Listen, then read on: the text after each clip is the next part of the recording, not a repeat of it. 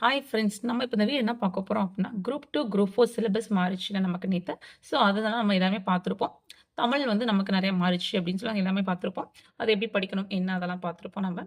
ஆக்சுவலா அதில வந்து இப்ப என்ன அப்டின்னா வந்து நான் நேத்து வீடியோ போடும்போதே சொல்லியிருப்பேன். தமிழ் தகுதி தேர்வு பாருங்க ஃப்ரெண்ட்ஸ். பார்த்தீங்கன்னா, உங்களுக்கு ஒரு ஐடியா கிடைக்கும்னு சொல்லியிருப்பேன்.